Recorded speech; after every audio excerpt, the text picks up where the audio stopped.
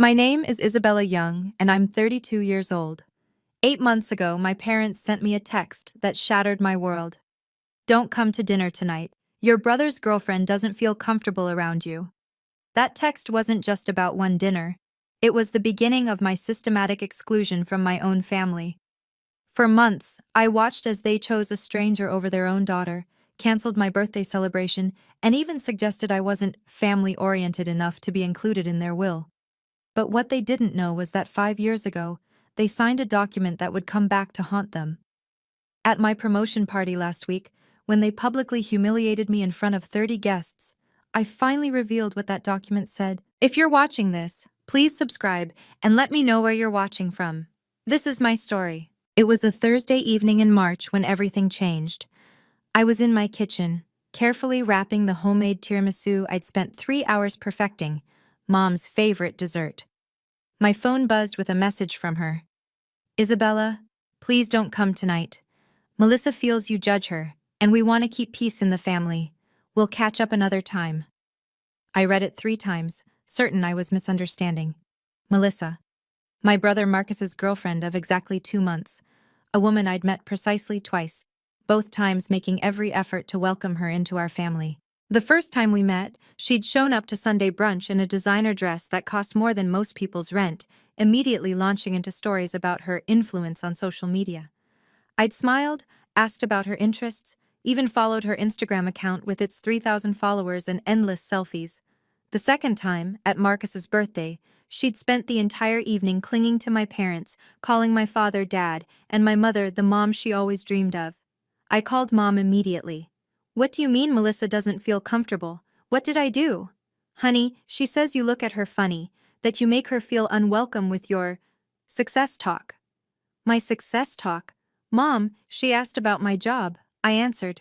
Well, maybe tone it down. Not everyone has your advantages. Advantages? I wanted to laugh. While Marcus had dropped out of 3 colleges on my parents' dime, I'd worked 2 jobs to put myself through architecture school. While he lived rent-free in their guest house at 28, I'd been independent since 22. Mom, this is a family dinner. I'm family. Melissa is going to be family too, Isabella. Marcus is serious about her. 2 months.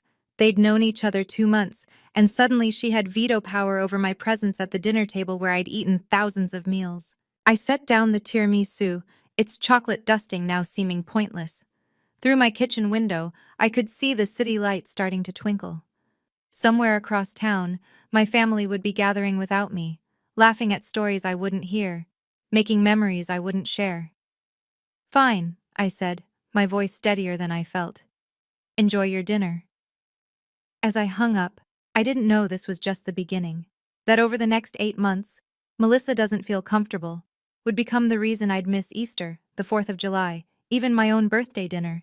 But this was just the beginning of something much bigger than any of us realized. To understand how Melissa gained so much power so quickly, you need to understand my family dynamic. Growing up, I was the daughter who was supposed to follow in my parents' footsteps. Dad was a respected cardiologist, Mom a head nurse at the same hospital. From age 5, they'd introduce me as our future doctor. But I loved buildings, not bodies. I wanted to create spaces where people lived, not operating rooms where they might die. When I chose architecture over medicine, you'd have thought I'd chosen prison over paradise. Such a waste of your intelligence, Dad would say at every family gathering, even as I graduated summa cum laude. Meanwhile, Marcus could do no wrong. When he dropped out of pre-med, Dad called it finding himself. When he failed business school, Mom said he was too creative for traditional education. When he moved back home at 26 with no job and no plans, they renovated the guest house just for him. While Marcus slept until noon and played video games, I quietly built my career from scratch. Internships that paid nothing. Entry-level positions where I was the only woman in the room. 70-hour weeks that no one in my family asked about because architecture wasn't real medicine. By 31, I'd become the youngest senior designer at my firm. My parents' response? That's nice, dear. Did you hear Marcus got an interview at that pharmaceutical company? The interview he never showed up for. I loved my brother, but the inequality was exhausting. Every achievement of mine was met with polite disinterest. Every failure of his was met with excuses and financial support. When I bought my condo with my own money, they gave Marcus a BMW for motivation. So when Melissa appeared and immediately started praising their parenting, calling them inspirational and the perfect family, they didn't just welcome her, they worshipped her. Melissa Carter entered our lives like a perfectly calibrated missile. Marcus met her at a networking event he'd actually attended, Miracle Number 1. Within a week, she was at family dinner, batting her eyelashes at my father and helping my mother in the kitchen. "She's everything we hoped for, Marcus," Mom gushed after that first dinner. "So family-oriented, unlike some people who prioritize their careers." The jab wasn't subtle. Melissa knew exactly which buttons to push. She called my dad the father she never had, after knowing him for 3 weeks. She posted photos with my mom on Instagram, #blessed, #family goals. She even started a tradition of bringing flowers every Sunday, the same Sundays I was suddenly accidentally not informed about. What fascinated me was her surgical precision. She never attacked me directly. Instead, she'd say things like, "Isabella's so lucky to be so independent. I could never be away from family that much." Or my personal favorite, "It must be nice to only worry about buildings instead of real relationships." My parents ate it up. Within a month, Melissa had her own key to my parents' house. Within 2 months, she was helping Mom redecorate, removing family photos that included me from the main rooms, replacing them with pictures of her and Marcus. "We need to make her feel included," Mom explained when I asked about my missing graduation photo. I started keeping a mental list of red flags. The way Melissa knew my parents' net worth within weeks, how she suddenly developed an interest in their investment properties, the way she'd steer every conversation toward inheritance and family legacy. But pointing any of this out made me the villain. The exclusions started small, almost reasonable. "Oh, Isabella, we moved dinner to 5 p.m., but you're probably working anyway." Then they grew. "We're keeping Easter small this year, just Marcus and Melissa." Here's a list of events I was uninvited from in 8 months. Easter dinner, Mother's Day brunch, 3 Sunday dinners, the 4th of July barbecue, Dad's retirement party planning, Mom's birthday celebration, the family Labor Day trip. The excuses evolved too. First, it was Melissa's anxiety, then keeping the peace. Finally, they stopped giving reasons altogether. The birthday incident broke something in me. My 32nd birthday fell on a Saturday. Mom had promised weeks before, just family, my favorite restaurant. The morning of, I got a text. "Melissa made surprise plans for Marcus today. Rain check?" My birthday, rain check. I spent that evening with friends who actually wanted my company, but the sting remained. When I posted photos from my celebration, Melissa commented, "So glad you found your people." The subtext was clear: your people aren't your family anymore. Then I noticed something disturbing. Every achievement I posted on social media was followed by family drama within 24 hours. Got promoted to senior designer? Suddenly, Melissa was hurt by an imaginary slight. Won a prestigious project? Marcus needed emergency family support for his latest crisis. It wasn't coincidence.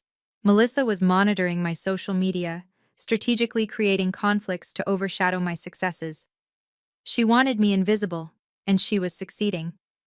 My parents didn't see the pattern, or maybe they didn't want to. The financial manipulation started subtly. "Marcus and Melissa need help with their apartment deposit," Mom mentioned casually during one of our rare phone calls. $20,000 of help, I later learned. Then came the car. "Melissa's having transmission problems," Dad explained, as if buying her a new Audi was the only solution. The girl who'd been dating my brother for 4 months got a $60,000 car. When I'd needed $3,000 for architecture software during school, I'd been told to figure it out yourself. It builds character. But the real alarm bells started when Mom mentioned they were updating their will to reflect current relationships. "Current relationships?" I asked, my stomach dropping. "Well, Melissa will be family soon. We want to make sure she's taken care of." "Mom, they're not even engaged." "Isabella, don't be selfish. Family isn't just about blood." Funny how that philosophy never applied when I needed support. I started paying attention to the financial patterns. Joint bank accounts appeared. Melissa suddenly had access to my parents' investment advisor. Marcus, who'd never shown interest in family finances, was now attending meetings about their real estate portfolio, with Melissa taking notes. During a brief lunch with Mom, one where Melissa was conveniently busy, she let slip that they were considering transferring the lake house to Marcus for tax reasons.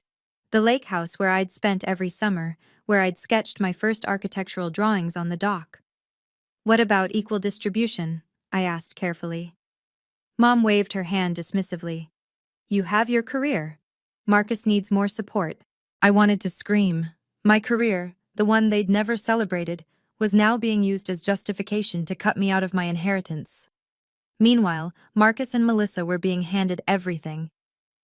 5 years ago, my parents had met with their estate lawyer, James Mitchell, to set up their will. I'd been there, all of us had. We'd signed documents about fair treatment and equal distribution. Did they even remember? Or had Melissa's manipulation made them forget their own promises? I made a mental note to find my copy of those papers. Something told me I might need them. The text from Dad that evening confirmed my fears. Family meeting tomorrow about estate planning. You don't need to come, we know you're busy with work. I wasn't busy, but I was definitely no longer considered family enough to be included in family financial decisions. While my family erased me from their personal life, my professional life was soaring. 3 months into the Melissa era, I'd been promoted to senior designer. 6 months in, I was leading the redesign of the city's new cultural center, a $40 million project that would define my career. The promotion to design director was almost guaranteed. My boss, Richard, had been grooming me for it for 2 years. Isabella, you're the future of this firm, he'd said during my last review.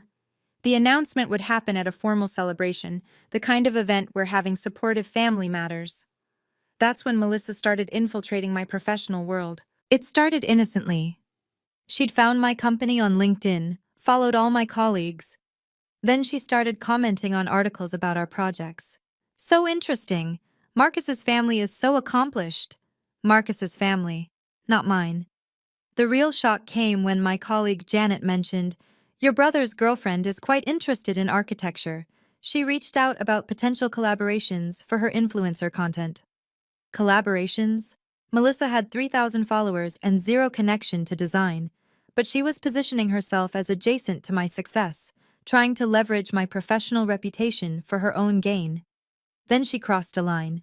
2 weeks before my promotion announcement, she messaged Richard directly. As someone close to Isabella's family, she wrote, I wanted to share some concerns about her work-life balance and how it affects those who love her. Richard, thankfully, forwarded it to me immediately. I assume this is complicated, he asked. She's my brother's girlfriend who's trying to sabotage me, I said simply. Consider it deleted, he replied. And Isabella? Maybe don't invite her to the promotion party. But I would invite them all, my parents, Marcus, and yes, even Melissa, because this promotion party wouldn't just celebrate my success, it would be the stage where I finally set things right. I scheduled it for the following Friday at the Sterling Room, the city's most elegant venue. 30 guests from my professional world, and 4 from my personal life who had no idea what was coming. My assistant helped with invitations. The one to my parents read, Please join me in celebrating a major milestone. Your presence would mean everything. They RSVP'd yes, adding, Melissa will be joining us. Hope that's okay? It was more than okay. It was perfect. The promotion party would change everything. They just didn't know it yet. If you've ever felt excluded by your own family, you're not alone. This story is about to take a turn that nobody saw coming. Before we continue, please hit that subscribe button and let me know in the comments. Have you ever dealt with a toxic family dynamic? Your stories help others know they're not alone. I read every single comment, and your support means the world to me. Now let's get to the promotion party where everything unraveled. Trust me, what happens next will leave you speechless. The morning of my promotion party, I stood in my office looking at the nameplate that would soon read, Design Director. 32 years old, youngest in the firm's history to reach this level. The achievement should have filled me with pure joy. Instead, I felt the familiar ache of wondering if my parents would finally be proud. Richard stopped by. Big night, Isabella. The whole board's coming. My family, too, I said, trying to sound casual. That's wonderful. They must be so proud. I smiled instead of answering. The Sterling Room looked magnificent. Floor-to-ceiling windows overlooking the city, soft jazz playing, champagne flowing. I'd chosen every detail carefully. Elegant, but not ostentatious, professional but warm. The kind of event that said success without screaming it. Colleagues arrived first. Janet, my mentor, David from the Cultural Center project, the senior partners who'd approved my promotion. Each congratulation felt genuine, earned. Then I got the text from Mom. Running late, Melissa needed to stop somewhere. Of course she did. They arrived 40 minutes late, missing the cocktail hour entirely. I watched them enter through the reflection in the window. Dad in his golf casual clothes, he hadn't bothered to dress up. Mom clutching Melissa's arm like she was the guest of honor. Marcus trailing behind, already on his phone. And Melissa, she wore white. A flowing white dress that practically glowed under the venue lights. At my promotion party, she dressed like a bride. Isabella, Mom called out too loudly. Sorry we're late. Melissa wanted to look perfect for your little work thing. Little. Work. Thing. I walked over, smile fixed in place. Welcome. Let me introduce you to some people. Oh, we're fine here, Melissa said, already scanning the room. This is nice. Smaller than I expected. It was a party for 30 distinguished professionals, not a nightclub. But I didn't take the bait. Yes, intimate gatherings are more meaningful, I replied. The speech starts in 10 minutes. Speech? Marcus looked up from his phone. You're giving a speech at your own party? It's customary when receiving a major promotion, Richard said, appearing beside me. Isabella's achievement deserves recognition. My family exchanged glances I pretended not to see. The contrast was painful to watch. On one side of the room, my colleagues mingled, discussing projects and congratulating me. On the other, my family had claimed a corner table, isolated and clearly uninterested. Melissa held court, loud enough for others to hear. I could never work in an office, she announced. It's so limiting for creative souls. Mom nodded along. Melissa's an influencer, she explained to a passing waiter. Very successful. I caught Janet's eye. She'd Googled Melissa earlier. We both knew her influence extended to sponsored posts for teeth whitening kits that paid maybe $50 each. Isabella, David called out, tell everyone about the Cultural Center design. The board's calling it revolutionary. Before I could respond, Melissa laughed. Revolutionary? It's a building. Let's not get carried away. The room quieted slightly. David, bless him, simply turned his back on her and continued talking to me. As I circulated, I noticed Melissa taking photos, not of the celebration, but selfies with the venue as backdrop. She was already crafting her narrative. Look where I am, look how important. Marcus hadn't looked up from his phone once. Dad was checking his watch. Only Mom made an effort, though even she seemed more interested in whatever Melissa was saying than in her daughter's achievement. 5 minutes until the toast, Richard announced. I excused myself to touch up my lipstick, needing a moment to center myself. In the bathroom mirror, I saw what my colleagues saw, a successful woman at the pinnacle of her career. What my family saw, I couldn't fathom anymore. When I returned, Melissa was standing, phone positioned on the table, camera facing the podium area. What are you doing? I asked. Recording for my followers, she said breezily. They love behind-the-scenes content. My promotion. Her content. Actually, I said calmly, I'd prefer no recording during the speech. She rolled her eyes. God, Isabella, not everything's about you. At my own promotion party, the irony was almost funny. Places everyone, Richard called. Let's celebrate our newest design director. As I walked to the podium, I caught sight of someone I hadn't expected. James Mitchell, my parents' estate lawyer, taking a seat near the back. Interesting timing.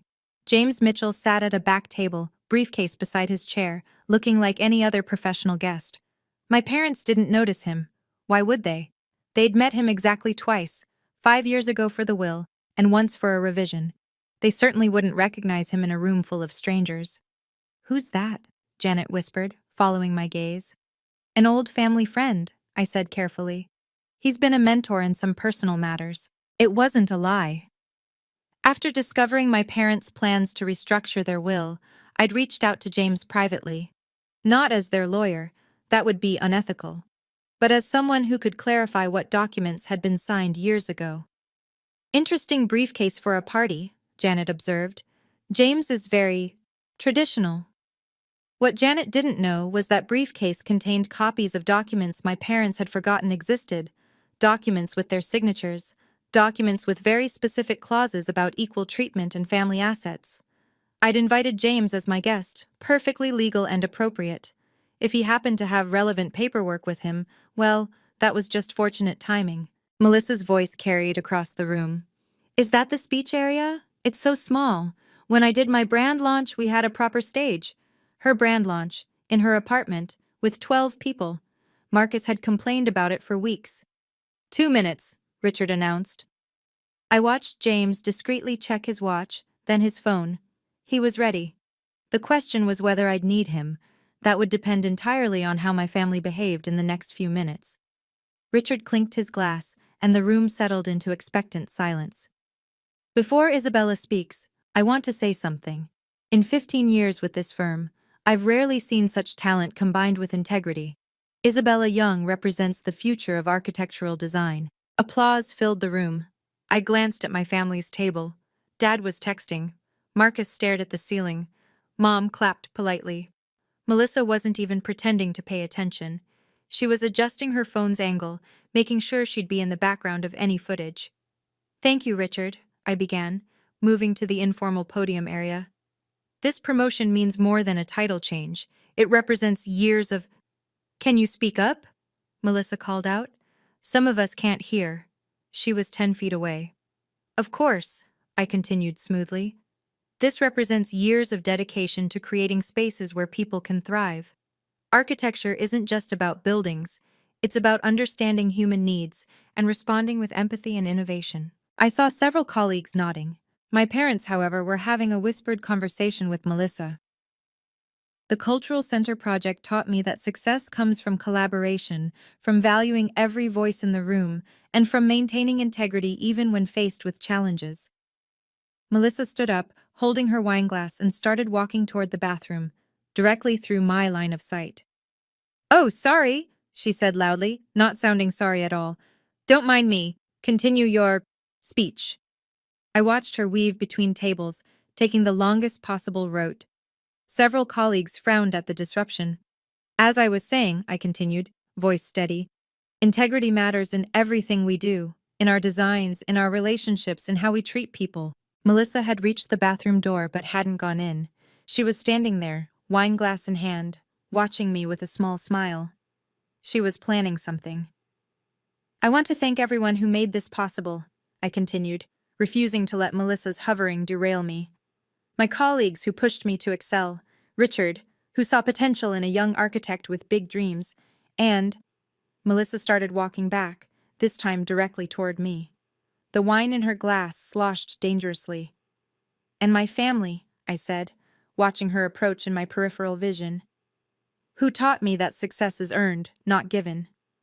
Mom actually smiled at that, missing the subtext entirely. Melissa was 5 feet away now, her path unnecessarily close to where I stood. 4 feet? 3? Most importantly, I said, taking a small step backward, I've learned that true success comes from standing firm in your values even when— Melissa tripped. It was theatrical, almost slow motion. Her ankle turned, her arms flailed, and her wineglass flew forward in a perfect arc toward my cream-colored dress.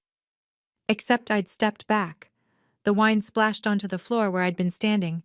Melissa stumbled forward, expecting to collide with me, and instead found empty air. She caught herself awkwardly on a chair, wineglass shattering on the marble floor. The room went silent. Oh my God, Melissa gasped, straightening up. Isabella, why did you move? You made me fall. Every eye in the room turned to us. Several people had their phones out. They'd captured the whole thing. Are you hurt? I asked calmly, not moving to help her. You pushed me, she declared, voice rising. I saw you push me. Isabella was 3 feet away, Janet said flatly. We all saw it. That's when Melissa made her move. She pushed me, Melissa insisted, her voice climbing to performance pitch. I was just walking by and Isabella shoved me. Look, I'm bleeding. She held up her hand, a tiny scratch from the broken glass, barely visible. Melissa, stop, I said quietly. Everyone saw what happened.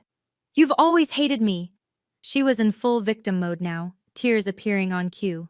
From day one, you've tried to exclude me, to make me feel unwelcome. The irony was so thick I could taste it. Marcus finally looked up from his phone.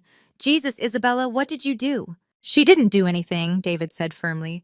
The young lady tripped on her own. Don't defend her! Marcus stood, moving to Melissa's side. My girlfriend is hurt and embarrassed because Isabella can't stand not being the center of attention. Marcus, I said, still calm. Melissa walked directly at me with a full wine glass. There are 30 witnesses. Witnesses to your jealousy. Mom had stood now too. Isabella, this is your promotion party. Why would you create drama? I almost laughed. I'm creating drama? I was giving a speech. You were showing off, Dad interjected, his first words all evening. As usual. And when Melissa accidentally got in your way, you humiliated her. The room was dead silent. My professional colleagues were witnessing my family defend someone who'd obviously tried to sabotage my moment. She's bleeding. Mom rushed to Melissa with napkins. We need to leave. This is too stressful for her. No, Melissa said, chin lifting. I deserve an apology. In front of everyone. And there it was. The real goal. Public humiliation at my professional peak. Apologize, Isabella, Dad commanded. Now. Every colleague was watching. Richard looked ready to intervene. James Mitchell had quietly stood up, hand on his briefcase. Apologize? I repeated, looking at my father. For what, exactly? For pushing Melissa, Marcus shouted. For being a jealous, bitter... Marcus, Richard's voice cut through the room like a blade. You're speaking to our design director. Show some respect. Respect? Marcus laughed bitterly. She doesn't deserve respect. She's always been like this. Cold, superior, thinking she's better than everyone. Because she has a job? Janet asked dryly. The burn was so subtle it took Marcus a moment to process it. Several colleagues hid smiles. Isabella has always been difficult, Mom announced to the room, as if explaining to children. Ever since she chose career over family, we've tried to include her, but she makes it so hard. Include me? The words escaped before I could stop them. You uninvited me from 8 family events in 8 months. Because you make Melissa uncomfortable, Mom snapped. She feels judged by you. I've spoken to her exactly 4 times, I said. Total. See? Melissa whimpered, still clutching her barely scratched hand.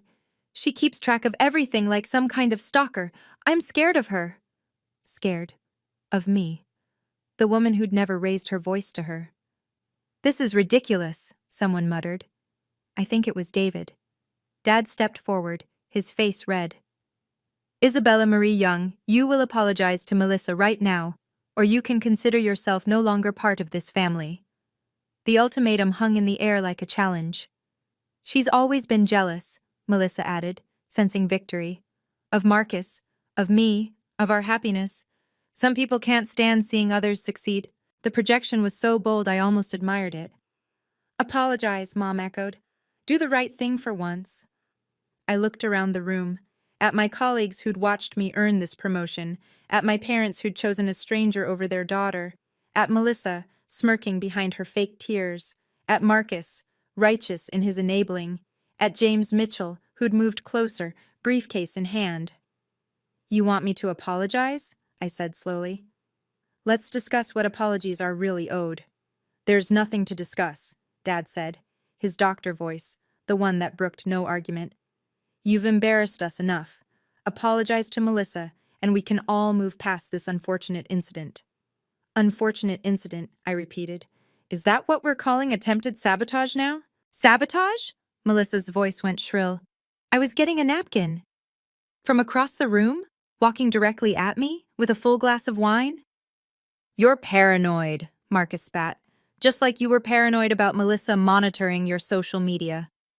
She comments within an hour of every post I make. Because she's trying to be supportive, Mom cried. Something you'd understand if you weren't so self-absorbed.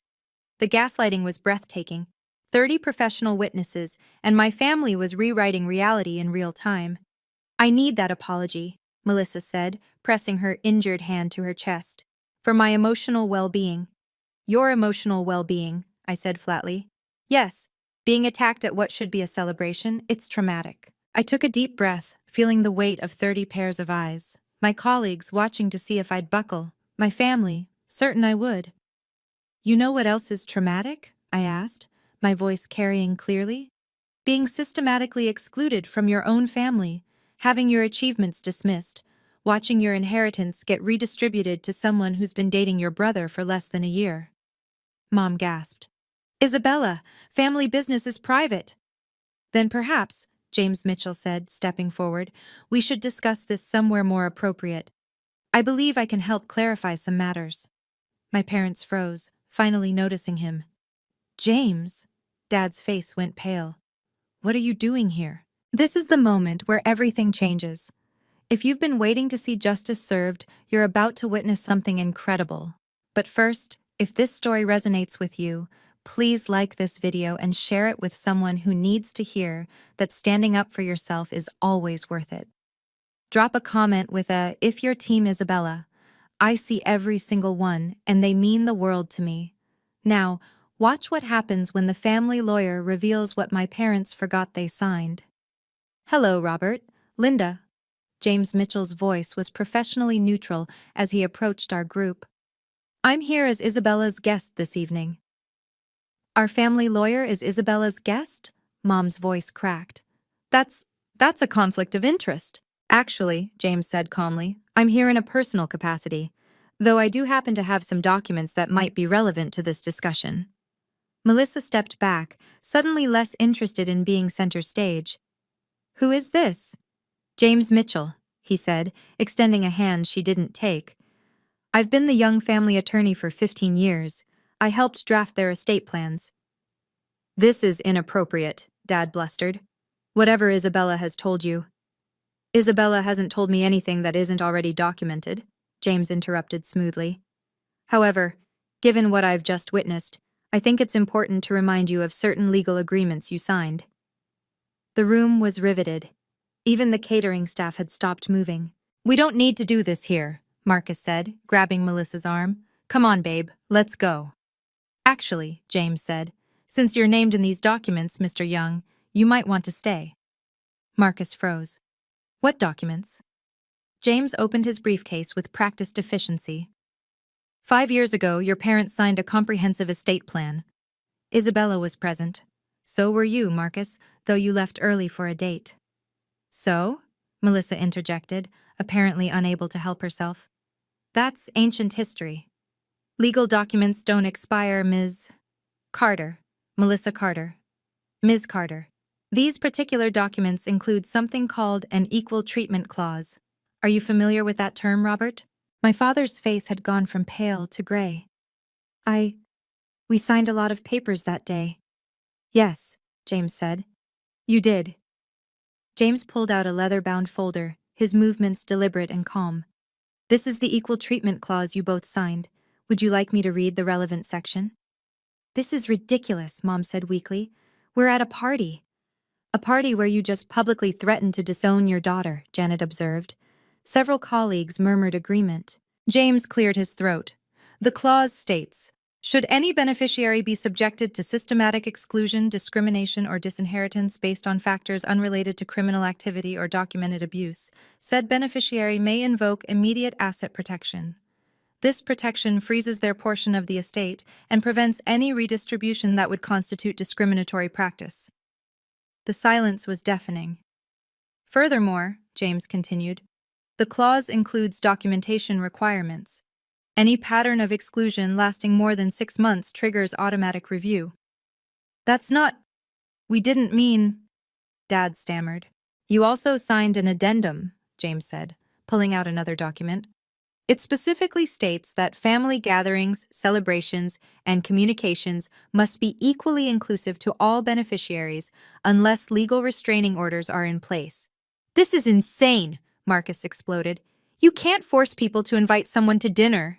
No, James agreed. But you can't systematically exclude one beneficiary for 8 months while financially supporting another who isn't even legally family, then threaten disinheritance without triggering this clause. Melissa's face had gone white. I'm not after their money. No one said you were, James replied mildly. Though the $20,000 apartment deposit and $60,000 Audi might suggest otherwise. Gasps rippled through the room. My colleagues were getting quite a show. How do you know about that? Dad demanded. Financial transfers are documented, Robert, especially ones that size. Isabella told you to ambush us, Mom accused. Isabella invoked her rights under a legal document you signed, James corrected, after 8 months of documented exclusion, witnessed threats of disinheritance, and what appears to be an attempt at public humiliation at her professional celebration. He gestured to the room full of witnesses, all of which has been rather thoroughly observed. Isabella, James said, turning to me, would you like to present your documentation? I pulled out my phone, my hands steady despite my racing heart. 8 months of text messages, starting with "Don't come to dinner, Melissa doesn't feel comfortable." I showed the screen to James, who nodded. March 15th, then April 2nd, Easter. April 28th, Sunday dinner. May 12th, Mother's Day. Those were private family decisions, Mom protested. May 30th, Memorial Day barbecue, I continued. June 15th, Dad's retirement party planning. July 4th, keeping it small. July 28th, my birthday dinner canceled for Melissa's surprise plans. You're keeping score? Marcus said disgustedly. That's sick. It's called evidence, Richard said quietly. We use it in the professional world. There's more, I said. Screenshots of Melissa's social media posts from every family event I was excluded from. 32 posts tagged family goals. 0 with me in them. That proves nothing, Melissa shrieked. It proves a pattern, James said, combined with tonight's witnessed events, including your attempted assault with the wine glass. Assault? Melissa laughed hysterically. It was an accident, which multiple witnesses saw you stage, David added. I have it on video if needed. 3 other colleagues nodded. They'd recorded it too. The birthday cancellation is particularly relevant, James noted. Canceling a child's birthday celebration for a non-family member's plans could be considered emotional abuse under the terms of the clause. Emotional abuse? Dad's voice cracked. We're her parents. Who publicly told her she's no longer part of the family, James reminded him, in front of 30 witnesses, after 8 months of documented exclusion. Based on the documented evidence, James announced, his voice carrying the weight of legal authority, Isabella is within her rights to invoke immediate asset protection. This means her inheritance, currently valued at approximately 1/3 of the estate, is frozen and protected from any redistribution. 1/3? Melissa's voice pitched high. What do you mean 1/3? The estate is to be divided equally among beneficiaries, James explained. That means Isabella, Marcus, and a portion for charitable giving as specified. Any attempt to alter this in a discriminatory manner is now legally void. We can change our will, Dad said desperately. It's our money. You can, James agreed, but not in a way that discriminates against one child based on the documented pattern of exclusion. The Equal Treatment Clause you signed prevents punitive disinheritance without cause, and making Melissa uncomfortable doesn't constitute cause. This is extortion, Marcus shouted. This is contract law, James corrected. Your parents agreed to these terms. They signed them. They had them notarized. He pulled out one more document. Isabella, as the aggrieved party, you have the right to invoke trustee review. This means an independent trustee would oversee any estate distributions to ensure compliance with the Equal Treatment Clause. She planned this whole thing, Mom cried. The party inviting you, it's all manipulation. I planned a promotion party, I said quietly. You chose to come late, dress down, and allow Melissa to attempt to humiliate me. I simply prepared for the possibility you might continue the pattern of the last 8 months. The trust fund alone is worth approximately $500,000, James continued. The real estate holdings add another $1.5 million, divided equally. Any attempt to transfer property to Marcus alone, as was apparently discussed, would trigger immediate legal action. Melissa swayed on her feet. Marcus caught her arm. Furthermore, James added, any financial gifts exceeding normal parameters, such as apartment deposits or luxury vehicles, given to one beneficiary or their partners must be matched for all beneficiaries, retroactive to the signing date. Retroactive? I asked, genuinely surprised. That means, James said with a slight smile, Your parents owe you approximately $80,000 to match what they've given Marcus and Ms. Carter in the past 8 months. The room erupted in whispers. I'll need you to sign this acknowledgement, James said, producing a single-page document. It simply confirms you're invoking your rights under the Equal Treatment Clause, effective immediately. I took the pen he offered, feeling the weight of 30 pairs of eyes on me. My hand didn't shake as I signed my name. This is effective immediately, James announced. The estate trustees will be notified Monday morning. You're destroying this family, Mom sobbed. No, I said, finally finding my voice fully. I'm protecting myself from a family that discarded me the moment someone newer and shinier came along. We didn't discard you, Dad protested. We just… Melissa needed my exclusion, I finished. And you gave it to her. For 8 months, you chose her comfort over my presence. That was your choice. This is mine. I turned to address the room, my colleagues, my real supporters. I apologize for the disruption to what should have been a professional celebration. But perhaps it's fitting that you all witnessed this. You've seen who actually supports my success and who tries to sabotage it. We're leaving, Marcus announced, pulling Melissa toward the door. This is sick. You're sick, Isabella. Marcus, James called after him. You should know that any harassment or retaliation against Isabella will be considered violation of the clause. That includes social media defamation. Melissa made a strangled sound. I'd like you all to leave now, I said to my parents. This is my celebration, and you're no longer welcome. Isabella, please, Mom started. You demanded I apologize for something I didn't do, I said calmly. You threatened to disown me in front of my colleagues. You chose your path. Now leave. Richard stepped forward. I'll escort you out. The next morning, my phone had 47 messages. I ignored them all and went for a run, breathing in the crisp morning air, feeling lighter than I had in months. When I finally checked, the family group chat was in meltdown. Marcus had written a novel-length rant about my betrayal and greed. Mom had sent 18 separate messages ranging from anger to guilt trips to pleas for reconciliation. Dad had simply written, "You've made your choice." Yes, I had. Aunt Patricia called around noon. The family is in chaos, she said. Your mother is telling everyone you ambushed them with a lawyer. They ambushed me with 8 months of exclusion, I replied. Melissa's telling people you assaulted her. Multiple videos prove otherwise, Patricia paused. Is it true she got a $60,000 car? Ask Mom and Dad. Jesus. Another pause. Good for you, Isabella. Someone needed to stand up to this nonsense. The family divided quickly. The relatives who'd noticed my absence at events sided with me. Those who bought into Melissa's victim narrative sided with them. Cousin Jennifer texted, Melissa unfriended everyone and made her profile private. Guess the influencer thing wasn't working out. The most telling response came from my grandmother, my dad's mother, who'd been in assisted living and missed most of the drama. She called me directly. I heard you finally grew a spine. About time. That girl was after money from day one. Your parents are fools. Thanks, Grandma. Come visit me. Bring that lawyer. I want to update my will too. Make sure your parents can't touch a penny if they keep acting like idiots. I laughed, the first real laugh in months. I love you, Grandma. Love you too, sweetheart. Stay strong. Monday morning at the office was surreal. Word had spread, but not in the way I'd feared. Instead of judgment, I found respect. Richard called me into his office. Friday was eventful. I'm so sorry for the disruption. Don't apologize.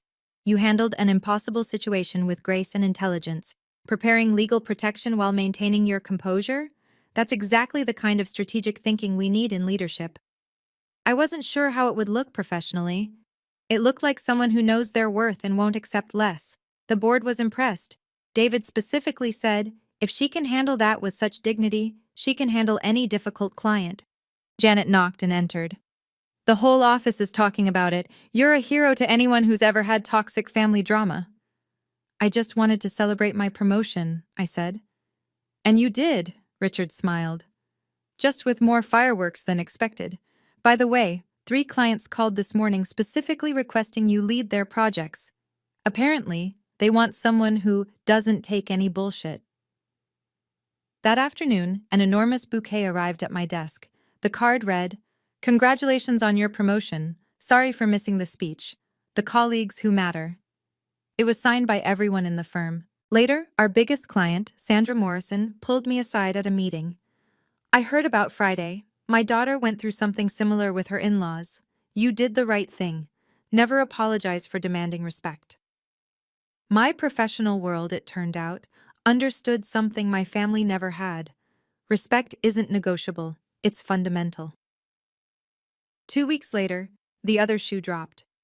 Marcus called at midnight, drunk and sobbing. I almost didn't answer, but curiosity won. "She left me," he slurred. "Melissa, she fucking left me." I stayed silent. The moment she found out the money was protected, she started pulling away, said I misrepresented our family's situation. Can you believe that? Yes, I could. "She was using me," he continued, the revelation apparently just hitting him. "Using all of us. She found another guy, some tech founder, already posting photos with his family." I pulled up Instagram on my laptop while he talked. There she was, Melissa with a new man, his parents, at what looked like a yacht club. Posted 3 hours ago. "Blessed with the best. Ash family love." "Isabella, you there?" "I'm here. You were right about her." His voice broke. "I'm sorry. I'm so fucking sorry." "Marcus, no, let me finish. Mom and Dad are devastated. She had them convinced you were the problem. We all bought it because it was easier than seeing the truth." "Which was?" "That we were being played. That we were so desperate for me to be successful at something, even if it was just dating someone pretty, that we threw you away." The admission hung between us. "I need your help," he said finally. "Mom and Dad won't talk to me. They blame me for bringing her into our lives. I have nowhere to go." "You have the guest house." "They changed the locks." I closed my eyes. "Marcus, I can't be your safety net, not anymore. Please, goodbye, Marcus." I hung up and blocked his number. 3 months passed. The legal protections held firm. My parents made no attempt to challenge the equal treatment clause. James had made it clear they'd lose. I established new rules for my life. Family contact only through email, only for necessary legal matters. No emotional manipulation, no guilt trips, no surprise visits. The money they owed me, $80,000 to match their gifts to Marcus and Melissa, was transferred without comment. I donated half to a scholarship fund for female architecture students and used the rest to start a foundation supporting people estranged from toxic families. Mom sent a letter in month 4. Not an email. An actual letter, in her perfect handwriting. "Isabella, we realize now how blind we were. Melissa played us, but we let her. We chose to believe her over you because it was easier than admitting Marcus was being manipulated, and maybe because we were always harder on you, expected more from you, because you were capable of more. That's not an excuse, it's a confession. We failed you as parents. We let an outsider convince us to abandon our daughter. We chose comfort over truth, ease over family. Dad is too proud to write, but he cries when he sees your building featured in the architectural magazines. He's collected every article. We don't expect forgiveness. We don't deserve it. But if you ever want to try rebuilding, we're here. On your terms, Mom." I read it twice, then filed it away. Maybe someday I'd be ready to respond. But not yet. Trust, once shattered, doesn't rebuild with words.